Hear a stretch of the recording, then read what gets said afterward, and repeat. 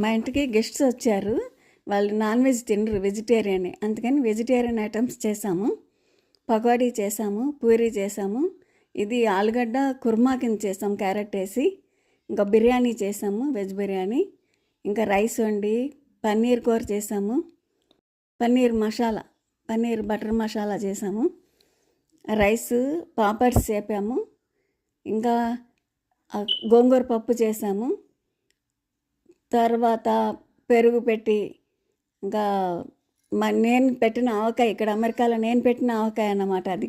అందుకని వీడియో ఉంది చూడండి, ఆవకాయ వీడియో కూడా పెట్టాను. ఇది బ్యాంబూ ప్లేట్స్ అన్నమాట, బ్యాంబూ స్టిక్స్, బ్యాంబూ ప్లేట్స్ ఎందుకంటే కడిగి మళ్ళీ రీయూజ్ చేసుకోవచ్చు. పేపర్ ప్లేట్స్ వేస్తే పద్దాక పడేస్తున్నాము, అది ఎక్కువ అవుతుంది చెత్త అని మేము బ్యాంబూ ప్లేట్స్ వాడుతున్నాం అనమాట.